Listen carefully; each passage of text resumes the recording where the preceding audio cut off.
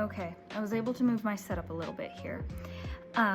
So as you can see, the last stitch I have is this one. There's no work on this stitch, but we're gonna allow it to hook that just well enough until that sinks down. We want to make sure that this hook is completely sunken in with the new strand of yarn here. So to complete that stitch, usually I wait until that strand like flips over this little lip here. That's a good indicator. Okay, so now what I'm gonna do is I'm actually gonna start turning the crank the other way till it reveals that stitch I just made. And I'm gonna pop the yarn out of the guide here, and this is how you decrease one. So we're actually going to take off this stitch, this one, and we're going to flip these two and then move this one to that one. I'm pretty sure that didn't make any sense, so I'll just show you. So with my loom hook, I'm going to just hold the stitch like this. It's kind of a two-handed process. And then once I've revealed this stitch enough, I don't want to crank the hook up the whole way because then it's a little hard to get that stitch off.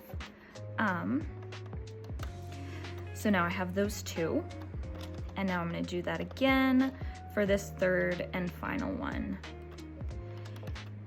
Okay, now I have all three of these on my loom hook, and what I'm going to do is I'm going to actually take this end one here off, and I'm just holding it with my fingers. And now this next one that's on the hook, the middle one, I'm going to carefully guide that and re-hook it onto that hook there.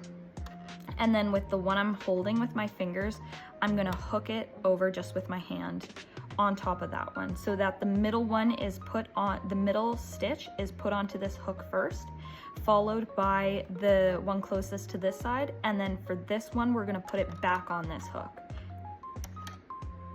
And then you can just kind of like tighten that up with your hand. Now I'm going to pop it back into the guide, fix my tension a little bit. Now what we want is we want the machine to pull these two stitches now, the decreased one and the regular edge one, into the machine. We want those to sink down. So what I'm going to do now is I'm going to start cranking back this way until they've sunk, like that. And then I usually go again until the yarn pops over this end piece there, which it just did. Making sure my tension is secure, I'm going to slowly and carefully keep cranking until, and watching to make sure that these new stitches that I just re-put onto the machine have sunk over those two little prongs, like these little teeth here. We want them to basically look like that. So to make sure, and sometimes they don't want to do that like this, so what you would just do is just push, add a little pressure to push that down.